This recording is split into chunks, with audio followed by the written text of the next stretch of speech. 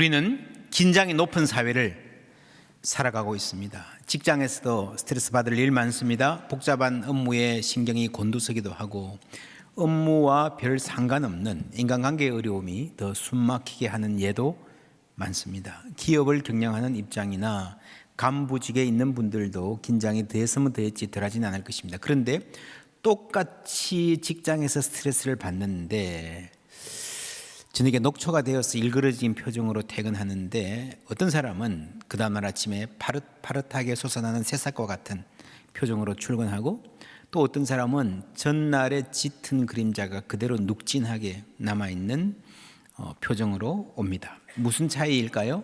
퇴근하고 그 다음날 아침에 다시 올 때까지 어디에 가서 누구를 만나고 어떤 시간을 보냈는가. 집에 가면 엄마가 맛있는 찌개 끓여놓고 우리 딸 수고했지 하면서 다독여주는 사람이 있는가 하면 들어가면서 편의점에 들러서 삼각김밥 한 개 사들고 TV 틀어놓고 혼자서 맥주 한 캔 따서 그렇게 저녁 시간 보내는 사람도 있을 것입니다.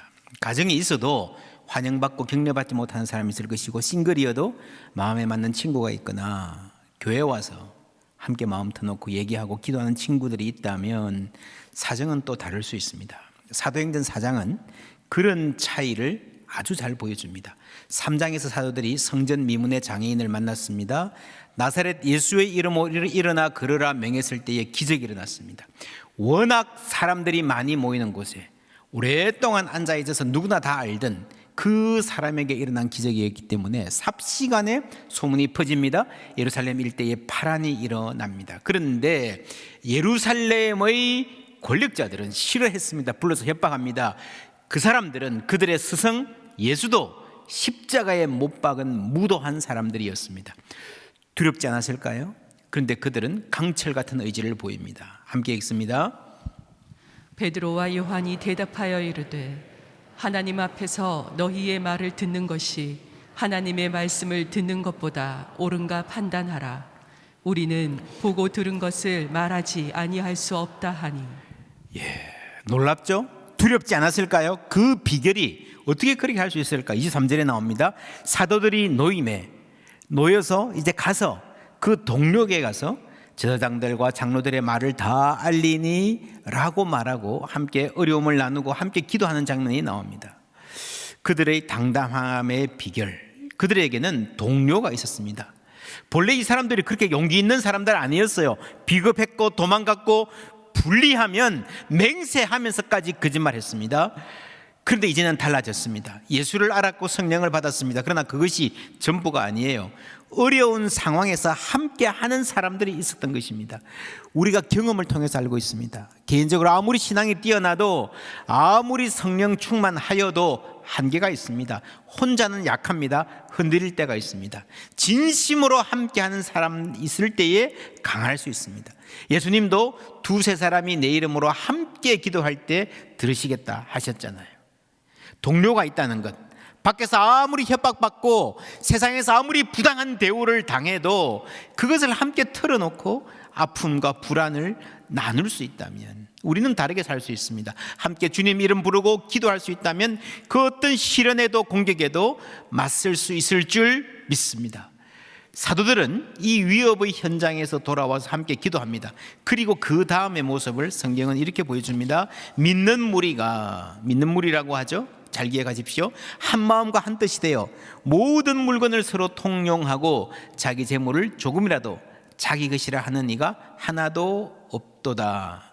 2장에도 조금 더 구체적으로 이런 장면이 나왔었습니다. 믿는 사람이라고 시작합니다. 함께 읽습니다. 믿는 사람이 다 함께 있어 모든 물건을 서로 통용하고 또 재산과 소유를 팔아 각 사람의 필요를 따라 나눠주며 날마다 마음을 같이하여 성전에 모이기를 힘쓰고 집에서 떡을 떼며 기쁨과 순전한 마음으로 음식을 먹고 하나님을 찬미하며 또 온 백성에게 칭송을 받으니 주께서 구원받는 사람을 날마다 더하게 하시니라. 믿는 무리, 2장에서는 믿는 사람이라고 했습니다. 여러분, 믿는 사람이란 이 말이 아무런 목적 없이 뭘 믿어요? 뭘 믿는다는 말 없이 그냥 믿는 사람이라고 했던 이 표현이 굉장히 묘한 말입니다. 우리가 들으면 여러분, 지금은 사람들이 습관적으로 불교를 믿는다, 유교를 믿는다, 기독교를 믿는다 그러지만 사실 여러분, 불교는요 믿는 게 아닙니다. 수행하는 거예요. 자기가 그냥 도 닦는 겁니다. 유교도 바르게 행하는 행함이 중요하지 뭘 믿는 게 그렇게 중요하지 않습니다. 기독교는 그렇지 않죠. 믿는 것이 중심입니다. 지금은 세계적으로 이 종교에 있어서 기독교의 영향이 워낙 크고 사실상 표준이 되어 있기 때문에 사람들의 사고 속에 예수를 믿든 안 믿든 종교, 그런 뭔가를 믿는 것, 이런 등식이 들어있지만 본래 그렇지 않았습니다. 불교도 유교도 믿음이 그렇게 중요하지 않고요. 예수님 시대의 로마의 많은 종교도 믿음 생소한 개념이었어요. 그러나 그리스도인들은 믿는 사람들입니다. 정확히 말하면 기독교를 믿는다가 아니고 예수를 믿는 겁니다. 하나님을 믿는 겁니다. 예수 그리스도를 통해서 자신을 나타내신, 계시하신 하나님을 믿는 신앙, 이 크리스천리티, 기독교입니다. 그래서 믿는 사람, 아무런 목적 없이 믿는 사람이라는 말은요, 믿음에 의해서 규정되는 사람이라는 겁니다. 여러분, 사람이 믿음이 있으면 다르게 삽니다. 이것은요, 무게중심이 나에게서 하나님에게로 옮겨가는 것입니다. 내 중심의 삶, 내가 나를 위해 삽니다. 내가 나를 증명해야 됩니다. 내가 나를 책임지는 삶, 그게 아니라 여호와는 나의 목자시니 라고 하는 주님이 책임지는 삶이 되는 겁니다. 내 뜻을 이루는 삶이 아니라 주님의 뜻을 따르는 사람이 되는 겁니다. 내 중심이 아니기 때문에, 하나님 중심이기 때문에 여기서 내가 인간의 자기 중심성을 탈피할 수 있는 엄청난 가능성이 생깁니다. 여러분, 예나 지금이나 인간 사회의 가장 큰 고통은 자기 중심성입니다. 어려움 있는 가정이 많은데 가장 어려운 가정은요, 식구 다섯이면 다섯 전부 다가, 딸이면 딸, 엄마는 엄마, 아빠는 아빠대로 다 그냥 견고하게 자기중심적인 캐릭터면요, 그 가정은 견뎌낼 수가 없습니다. 여러분, 인간성이 본래 자기중심적이지만 현대사회는, 지금의 한국 사회는 정말 이게 극단적이 되어 있습니다. 각자 도생의 사회, 알아서 자기 것 챙기고 자기가 자기 것 먹고 살아야 되는 시대가 되었다 그러죠. 언제부터 이렇게 되었을까요? 현대사를 되짚어 보니 1999년에 이런 영화가 나왔더라고요. 인정사정 볼 것 없다. 어떤 느낌이 드십니까? 이게 뭐 조폭들 그런 영화인데 당시에 굉장히 히트한 영화입니다. 이 제목 자체가 많은 사람들의 이 뇌리에 새겨졌다는 말은요, 한국 사회의 한 심층을 보여준다 할 수 있습니다. 1999년 7월이에요. IMF가 일어난 지 1년 반 정도 지나서 그 IMF의 충격이 사회 심리에 많이 반영이 되었을 때쯤에 나온 영화가 인정사정 볼 것 없다. 지금 생각하면요, 옛날에 여러분 사업하시던 분들 생각해보세요. 그때 뭐 개인적으로 돈 빌려주기도 하고 하청 주기도 하고 어음 받기도 하고 그랬는데, 그때는요 사람들끼리 좀 퍼석해도 여유가 있었습니다. 이 같이, 저희 아버님도 사업하는 거 제가 입에서 봤는데, 그래도 뭐 그냥 좀 서로 봐주고 좀 그래도 같이 살자 하는 그런 마음들이 있었어요. 그게 IMF 이후에 싹 사라졌습니다. 정말 이 비즈니스 업계도요, 굉장히 비정하게 변했습니다. 인정사장 봐주다가는 내가 죽게 생겼다, 이런 사회적 분위기. 각자 도생이 아니고 각자 도망하는 길로 가고 있습니다. 여러분, 어른들이 그렇게 하면요, 얼마 안 가서 자녀들도 따라합니다. 지금은 청소년들의 분위기도 이렇게 된 것 같아요.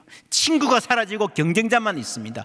꿈이 무엇이냐 묻던 자리를 내신 몇 등급이냐 하는 물음이 차지하고 말았습니다.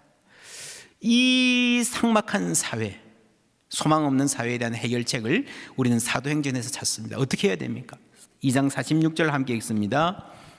날마다 마음을 같이하여 성전에 모이기를 힘쓰고 집에서 떡을 떼며 기쁨과 순전한 마음으로 음식을 먹고. 어려운 거 아닙니다. 모여서 함께 밥 먹는 것, 그렇죠? 집에서 날마다 마음을 같이하여 떡을 떼고 기쁨과 순전한 마음으로 음식을 먹고 삶을 나누는 거예요. 말씀을 중심으로 삶을 나누는 겁니다. 여러분, 이번 주부터 우리 사랑방 다시 시작합니다. 바로 이거 하는 거예요. 초대 교인들은요, 날마다 함께 모여서 음식 먹고 서로 교제했습니다. 요즘에 건강 비결 관심들 참 많으시잖아요, 그죠? 뭘 어떻게 먹어야 건강에 몸에 좋을까? 중요한 비결 하나 소개해 드릴게요.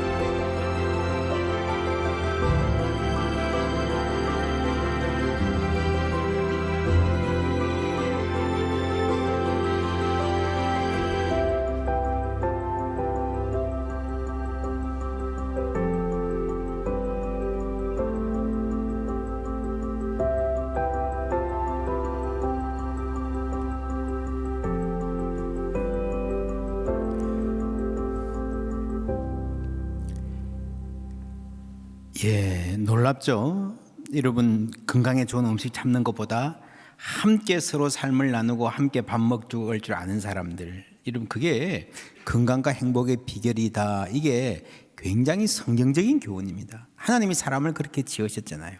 혼자 사는 것이 좋지 못하다. 그리고 성경 전체가 이 공동체를 이끌어가는, 세워가는 이야기입니다.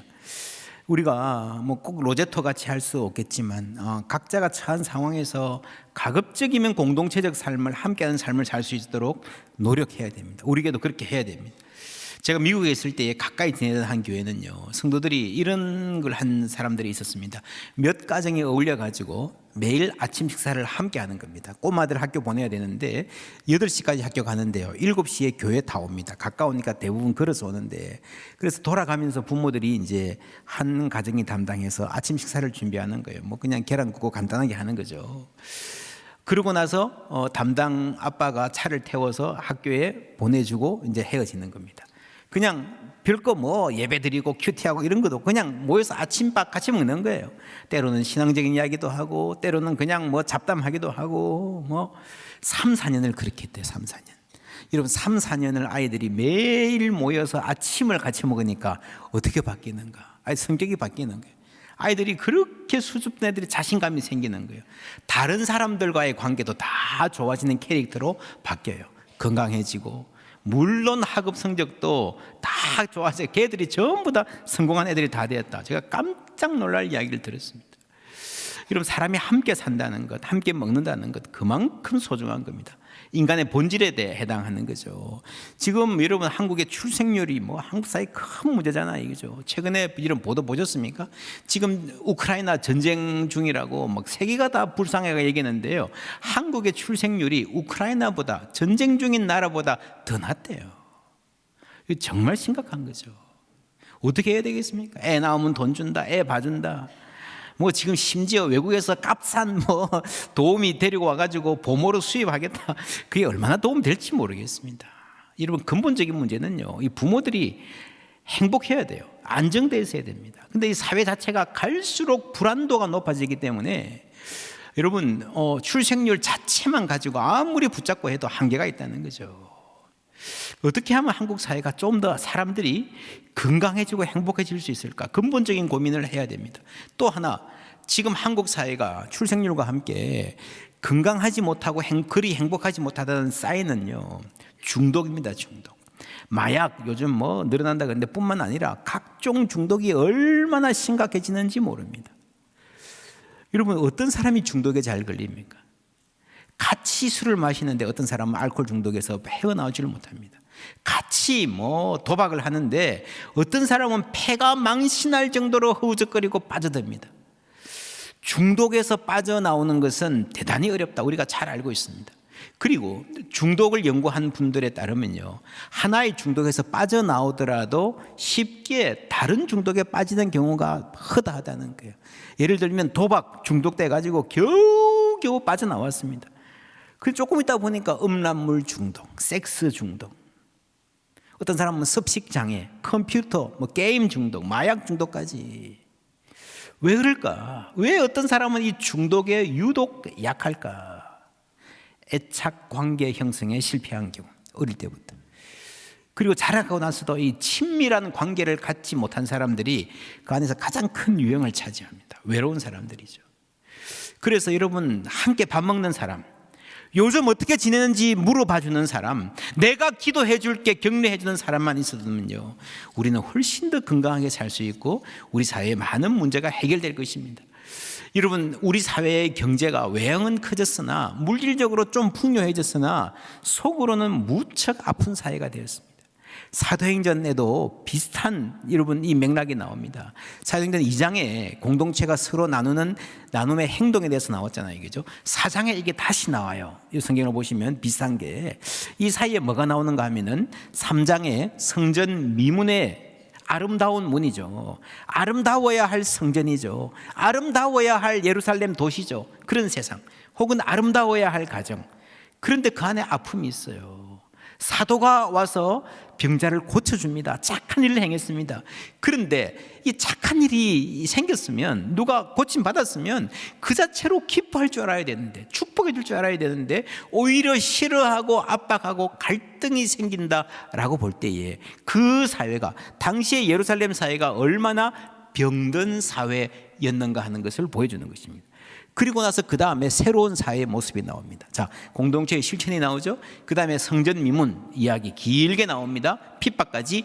무엇이 아름다움인가 하는 질문을 던지고 아름다운 공동체의 모습을 보여주는 겁니다. 믿는 무리가 한 마음과 한 뜻이 되어 모든 물건을 서로 통용하고 자기 재물을 조금이라도 자기 것이라 하는 이가 하나도 없더라라는 말 보시면요, 2장에서는 나눔의 행동, 이렇게 서로 나누었다라고 하는 행동 중심으로 보았으면, 이제는 그게 계속되면서요 하나의 태도가 된 겁니다. 사람들이 내 거라고 고집하지 않는 그런 성품이 바뀐 겁니다. 그리고 문화가, 공동체의 문화가 형성이 되었다라고 하는 것을, 아름다운 공동체를 4장에서 보여주고 있는 거예요. 여러분, 이것은요 누가 강요한 프로그램이 아닙니다. 자발적, 끝까지 자발적입니다. 사도행전과 2장의 소위 유무상동의 공동체를 사회 프로그램으로 보면은 능력에 따라 일하고 필요에 따라 소비한다, 공산주의의 교리와 굉장히 비슷하죠. 그러나 결정적인 차이는요, 그리스도인들은 자발적으로 했다는 겁니다. 자기 재물을 조금이라도 자기 것이라 하는 이가 하나도 없더라, 내 것이야 하면 자기가 가질 수 있어요. 그리고 공산주의는 힘을 갖고 뺏어서 나누어 주고 이것이 공평한 거야, 입 닥쳐 그러잖아요. 그런데 그리스도인들은 자발적인 결정으로 나누었습니다. 사랑으로 함께 했습니다. 그리고 그것이 공동체가 함께 공유하는 새로운 문화가 된 것입니다. 행동이 태도가 되고요, 태도가 성품이 됩니다. 그 성품이 문화가 되는 거예요. 그 문화 안에서 교회에 들어오면 사람들이 공기처럼 문화가 있고 이렇게 사는구나, 서로 존중하고 돌보고 서로 위해주고 서로 아픔을 나누고 사는구나 하는 그 문화 안에서 예수 닮은 성품이 빚어져 가는 것입니다. 그렇게 교회가 세상에 빛이 됩니다. 시편 133편 다 같이 읽습니다. 보라, 형제가 연합하여 동거함이 어찌 그리 선하고 아름다운고, 머리에 있는 보배로운 기름이 수염 곧 아론의 수염에 흘러서 그의 옷깃까지 내림 같고, 헐몬의 이슬이 시온의 산들에 내림 같도다. 거기서 여호와께서 복을 명령하셨나니 곧 영생이로다. 아멘. 예, 거기서 복을 명령하셨다. 복 받을 자리 어디입니까? 후보는요, 강력한 후보는요 예루살렘 성전이에요. 아론의 수염, 시온의 산들, 그렇죠. 그런데 여러분, 예루살렘의 성전이 그러한 역할을 감당하지 못했습니다. 다시 이 말씀을 보니까 하나님이 복을 명령하신 것은 형제가 연합하여 동거하며 서로 함께 사랑하며 사는 공동체구나, 그 아름다움을 세상에 보여주길 원하시는구나 하는 것을 알 수 있습니다. 바로 이런 공동체를 함께 만들고 서로 사랑하고 돌보면서 하나님의 선하심과 아름다움, 그렇죠, 하나님의 선하심과 아름다움을 공동체가 보여주는 게 이 땅에서의 교회의 사명입니다. 교회가 할 수 있는 일이고 교회만이 할 수 있는 일입니다. 우리 시대의 과제, 각자 도망의 사회에서 여러분 서로 돌보는 사회로 가야 되는데 어떻게 갈 수 있을까? 이 세상에서 하는 노력들이 의미가 있습니다. 여러분, 청소년들 예를 들면 학교 폭력이 워낙 심하니까요, 한 20년간 한국 사회가 폭력 근절을 위해서 법도 만들고 무슨 위원회도 많이 만들고요, 노력을 많이 했습니다. 수관부들 많습니다. 꽤 성과가 있습니다. 폭력이 현상적으로 줄어들었습니다. 근데 이거를 법으로 제도로 강제하다 보니까요, 친구 관계가 더 메말라가요. 사제 관계에 더 어려움이 많이 생깁니다. 그래서 여러분, 인간의 문제에는 때로 법이 필요하지만 법 이상의 무엇이 필요하다는 거예요. We need more. 법 이상의 뭐가 필요하다는 겁니다. 여러분, 아기가 태어나면 이 머리 위에 두개골 부분이 비어 있잖아요. 안 붙어 있습니다. 한 1년 6개월 지나야 붙습니다. 인간의 머리는 큰데 크게 나올 수 없으니까 조그맣게 나와서 머리가 빨리 자라는 거죠. 그래서 처음에 이렇게 조금 간격이 있죠. 1년 6개월 동안에 서서히 이게 붙는데 이게 너무 빨리 붙는 아이들이 있대요. 그럼 얼굴 모양이 변하고 성장에 교란이 생기는 병입니다. 릴리 레이첼 스미스라고 하는 아기가 이 병을 앓았습니다. 태어나면서부터 고통스러운 수술을 참 많이 받았습니다. 그런데도 참 감사한 게 이 아이가 밝은 성격으로 잘 이겨내고 살았어요. 그런데 중학교에 가면서 다들 외모에 관심이 많잖아요. 초등학교보다 인간관계가 막 리듬이 빠르잖아요. 이게 적응이 안 됩니다. 내가 너무 초라하다 느껴지는 거예요. 공부할 때는 괜찮아요. 앉아있으면 되니까. 점심시간이 문제입니다. 같이 밥 먹을 사람이 없어요. 밥 먹고 나고 막 수다 떠는 시간이 중학교에 진짜 행복한 시간인데 같이 앉아서 얘기할 친구가 없어요. 그 시간이 너무 힘든 거예요. 그래서 화장실로 가가지고 화장실에 앉아서 엄마하고 통화하면서 매일 시간을 보냅니다. 그럼에도 이 아이에게, 릴리에게 불쌍한 사람들을 보면 돕고 싶은 마음이 좀 생겼어요. 조금 돕다 보니까 이게 어떻게 잘 되고 유명해졌습니다. 가정폭력의 피해자를 돕는 일, 사창가에 있다가 사회로 복귀하고 싶은 사람들을 돕는 운동을 함께 열심히 했습니다. 그러다 보니 좀 유명해지고 영향력이 생기고 친구들도 많이 생겼습니다. 클린턴 대통령과 찍은 사진 신문에 나기도 했죠. 근데 안타깝게도 15살 되던 해에 밤에 자다가 숨을 거둡니다. 세계 많은 사람들이 안타까워하며 칭송합니다. 이 릴리의 학교 친구들이 엄마를 찾아가요. 우리가 릴리를 기억해서 뭔가를 하고 싶다. 릴리가 그랬듯이 세상에 도움되는 일을 하고 싶어요. 뭘 할까요? 그랬습니다. 여러분, 중학생들이 뭘 할 수 있겠습니까? 여러분 같으면 뭐 하라 그러겠습니까? 그 엄마가 제안해서 이런 단체를 만듭니다. Beyond Differences, 차이들을 넘어서는. 그래서 이 단체가 한 일들 중에 하나가, 여러분, 이거는 인스타에 나온 겁니다. No one is alone day. 아무도 혼자 점심시간에 앉아서 먹지 않는 날을 2월 며칠 날 발렌타인 근처에 정해가지고요, 해마다 이걸 하고 있습니다. 그 지금은 미국의 50개 주에서 참여하는 꽤 큰 운동으로 번져가고 있습니다.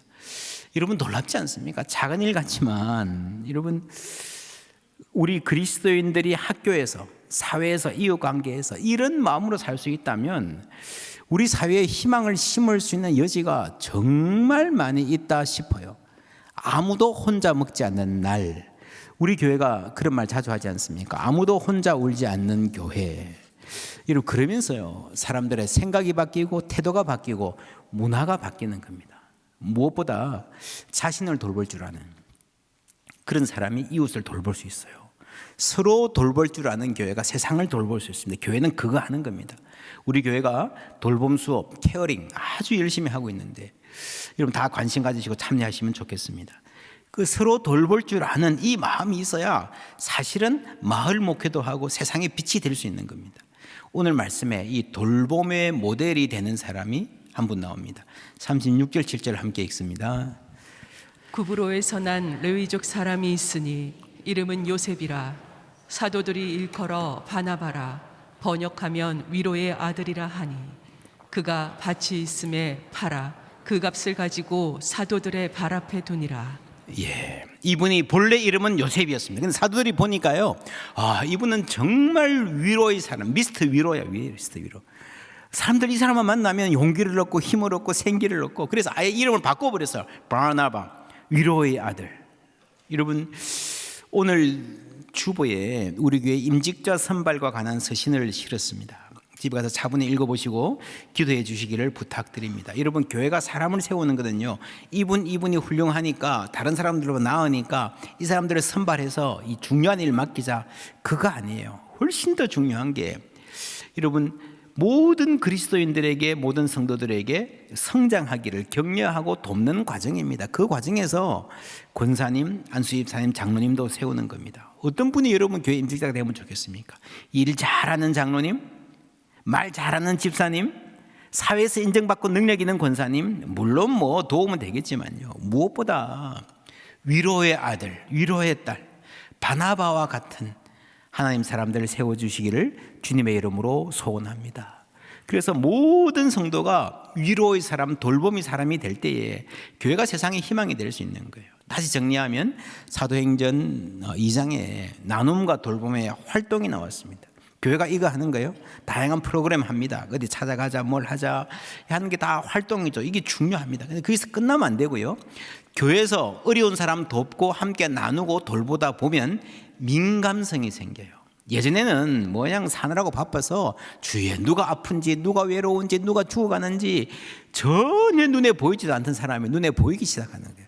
그게 여러분 선교적인 민감성입니다. 기억하시죠? 베드로와 요한이 성전 미문의 장애인에 올라가다가 주목했다. 동전 하나 주고 가는 게 아니고 주목하는 게 중요해요. 주목하는 게. 이 사람들이 옛날에는 그런 사람들은 아니었거든요. 자기 중심적인 사람이었거든요. 근데 타인의 아픔에 주목하는 민감성이 생깁니다. 그리고 반응하고 기도하는 겁니다. 그리고 내가 할 수 있는 만큼 도와주면 됩니다. 내게 있는 것으로 내게 주노니 없는 것 도와줄 수 없습니다. 그렇죠? 그러면서 계속 그렇게 반응하다 보면 성품이 바뀌어요. 돌봄의 성품이 개발됩니다. 그렇게 함께 성품이 바뀌어가면서 교회 안에 돌봄의 문화가 형성이 됩니다. 그러면서 교회가 세상의 빛이 되는 겁니다. 여러분, 이렇게 우리가 돌봄의 사람으로 자라가는 가장 중요한 모파는요, 사랑방입니다. 서로 만나서 목자가 우리를 돌보는 게 아니라 서로가 돌보는 거예요. 초대교회는 각 집에서, 가정에서 날마다 모였다 그랬습니다. 만일 우리가 초대교회의 능력이, 이 아름다운 부흥이 부러우면요, 우리도 날마다 모여야 됩니다. 그게 정상이에요. 그게 성경적이에요. 그렇게는 못해도 적어도 일주일에 한 번 모여서 서로 삶을 나누는 것, 이거는 영적인 건강의 기본입니다. 뿐만 아니라 인간이 살아가야 할 가장 기본적인 삶의 스타일, 그죠? 우리가 건강하고 행복한 삶을 살기 위한 가장 좋은 방법입니다. 그리고 갈수록 각박해지는 이 세상의 유일한 소망입니다. 함께 살아가는 삶, 그걸 만드는 게 교회예요. 오늘 말씀에 바나바가 상당히 주목을 받는 장면이 나옵니다. 그냥 공동체 이야기를 쭉 하다가 한 사람이 이렇게 주목받는 게 약간 의외입니다. 다음 주에 보시겠지만 한 사람이 너무 주목을 받는 게 약간의 부작용도 있습니다. 그럼에도 불구하고 이 바나바가 강조되는 이유 많이 있습니다. 가장 중요한 게요, 여러분, 기독교 역사상 가장 위대한 선교사가 바울 아닙니까? 그런데 이 바울이라는 사람에게 결정적인 약점이 있었어요. 자기 확신에 사로잡혀서 그쪽으로 너무 가버렸습니다. 너무 잔인무도한 나쁜 짓을 많이 했어요. 교회에 들어올 수가 없습니다. 하나님 보시기에 너무 뛰어나고 차질이 아까운 사람인데, 열정 있는 사람인데, 이제 시켜주면 잘할 텐데 사람들이 마음을 열지 않아요. 저 사람 위험한 사람인데. 다들 그럴 때에 그때 손을 잡아준 사람이 있었습니다. 바나바였습니다. 그럼 바나바가 아니었으면 바울이 교회에 들어올 수 있었을까? 바울이 없었다면 초대교회, 선교에 얼마나 손해가 많았을까? 여러분, 바나바가 이렇게 공동체 내에 인정을 받고 존경받는 어른으로서 있었기 때문에 바울이 바울 될 수 있었던 것입니다. 다들 위험하다, 저 사람 안 됩니다 그러는데 마음을 열고 손을 잡아준 한 사람, 그 사람이 바나바예요. 그렇죠? 이렇게 보면요, 여러분, 돌봄의 성품, 위로하는 성품, 이 안에 세계 선교의 비전이 들어있습니다. 우리가 선교는요, 프로그램으로 자꾸 생각하는데, 돈으로 자꾸 생각하는데, 돈 들여서만 한다고 되는 거, 그거 여러분 굉장히 작은 겁니다. 결국엔 하나님 우리 성품을 바꾸시면서 그 성품을 통해서 선교하시는 거예요. 바나바의 돌보는 성품을 통해서 새로운 선교의 역사가 준비되는 것입니다. 그렇죠? 마음을 열고 누군가에게 손을 잡아주는 사람, 곁을 내주는 사람, 그런 성품. 본래 여러분, 유대인들은요, 이방인을 사람으로 여기지도 않았습니다. 완전히 다른 세계. 그런데 이런 열린 마음을 가진 사람들이 그 세계로 나가는 역할을 감당했던 것입니다. 오늘 3월 첫째 주입니다. 우리 3월 달을 사순절로 보내고요, 3월 말에 부활절이 있습니다. 우리가 함께 부활절 축복하고 4월 달에는 그 부활의 소식을 담장을 넘어 전하는 달이, 예루살렘과 유대와 사마리아까지 가라 그랬으니까 말씀 그대로 담장을 넘어 전하는 달이 되기를 원합니다. 그래서 준비하고 있습니다. 공동체별로 한 마을씩 정하는 거예요. 어느 공동체는 이 마을 저 마을, 여러분 모여서 정하시면 됩니다. 그래서 그 마을에 가가지고 주일날 오후에 가서 함께 예배드리고 전도하는 거예요. 토요일날 가도 좋습니다. 마을 잔치를 해도 좋습니다. 할 수 있는 만큼 최대한 여러분 창조적으로 우리 공동체에 맞게, 그 마을에 맞게 하는 거예요. 여러분, 그래서 우리의 신앙이 우리 교회만의 성장이 아니라 이웃들이 함께, 요즘에 여러분 시골 교회 얼마나 힘든지 모릅니다. 그런데 큰 교회들이 가서 조금만 도와주면요 정말 힘을 내서 잘할 수 있습니다. 이미 우리 교회는 오랫동안 바울 전도대 중심으로 정기적으로 이웃 마을 가서 열심히 전도한 경험이 많습니다. 부활절 전에 가서 전도하고 오니까요, 부활절 그 조그만 교회에 수십 명이 왔습니다. 그 동네 성도들과 목사님들이 얼마나 좋아하는지 모릅니다. 올해 2024년 봄꽃이 필 때면 이 인근 마을 각 마을에 하나님 찬양하는, 예수 믿고 주께로 돌아오는 웃음꽃이, 찬양의 빛꽃이 피기를 주님의 이름으로 축원합니다. 여러분 기도해 주십시오. 이 일에 우리 모든 교우들 다 초청합니다. 공동체별로 함께 하실 것입니다. 그게 여러분 선교지예요.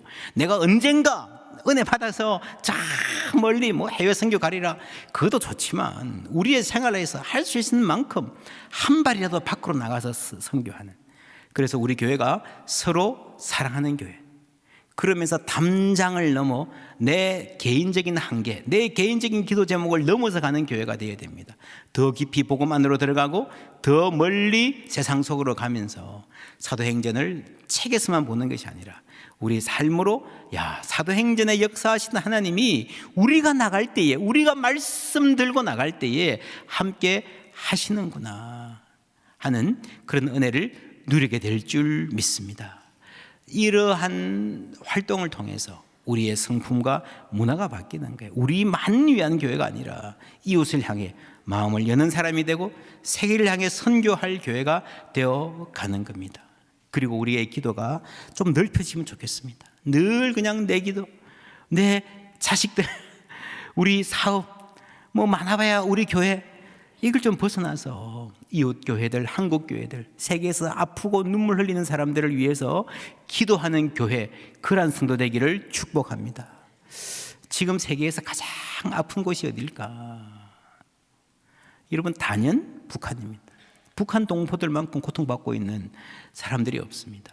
여러분, 그래서 지금은요 세계 곳곳에서, 유럽과 남미와 곳곳에서 정말 하나님 은혜 주셔서 많은 외국인들이, 한국하고 전혀 관계없는 분들이요, 한국을 위해서 기도하고 젊은이들이 북한에 들어가서 전도하겠다 헌신하고 하는 분들이 얼마나 많이 생기고 있는지 모릅니다. 정말 놀라운 일입니다.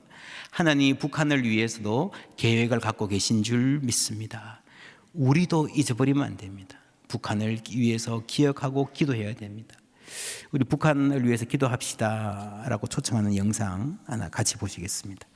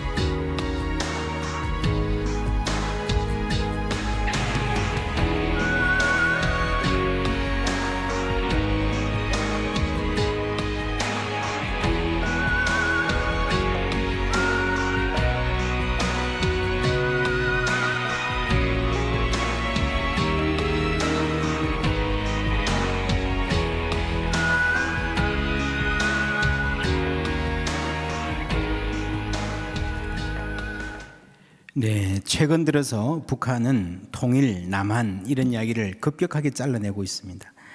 우리는 어떻습니까? 한때 모일 때마다 우리의 소원은 통일, 꿈에도 소원은 이렇게 부르던 게 이제 아득한 옛날 이야기가 되어가고 무관심해져 가고 있습니다. 여러분, 하나님께서 한국교회에 특별한 은혜를 주신 것은 북한을 위해서 기도하라고, 북한을 제대로 잘 선교하라고 주신 거라고 저는 믿습니다. 우리에게 주신 사명입니다. 세계교회가 마음을 갖고 함께 할 것입니다.